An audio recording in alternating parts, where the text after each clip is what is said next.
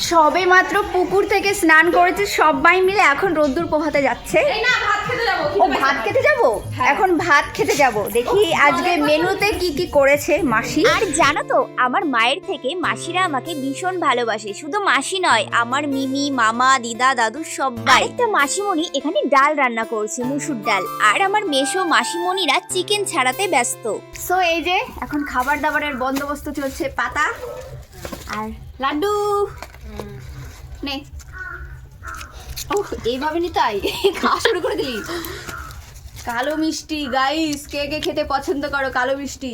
উফ, তোমাদেরকে তো বলতে ভুলে গেছি কিসের অনুষ্ঠান আমার মানি বাড়িতে। ভাইয়ের এক নামের মানত ছিল। আগের বছর খুব সুন্দর করে অনেক বড় করে ধুমধাম করে করেছিল, বাট এবার একটু অল্প আয়োজন করে ফেলেছে। আর এই যে আমরা সবাই মিলে লাড্ডু খাচ্ছি, এটা ভাইয়ের অনুষ্ঠান উপলক্ষে কেউ একজন নিয়ে এসেছে। সকালবেলা দেখো কত খিচুড়ি, এগুলো নষ্ট হয়েছে আগের দিনকার অনুষ্ঠানে। সকালবেলায় ডাল, আলু ভাজা এগুলো দিয়ে আমরা টিফিন কমপ্লিট করছি, মানে সকালের মেনু। ওই যে মাসি আর আমার মেশো যে চিকেন ছাড়া ছিল, ওটা আমাদের দুপুরের মেনু। কারণ আমরা সকাল সকাল বলেছি বেরিয়ে পড়বো, আমাদের আটকে রেখেছে যে চিকেন না খেয়ে বাড়ি থেকে বেরোতে দেবে না একটা মানুষকেও। আমার আরেকটা মানি বলছে মিষ্টি এভাবে খেতে হয় বাবা। ফাইনালি খাওয়া দাওয়া পুরো কমপ্লিট হয়ে গেছে। এখন এই যে সুন্দর একটা মানে পরিবেশের সঙ্গে আমরা বসে আছি, সুন্দর একটা পরিবেশ, মুক্ত পরিবেশ।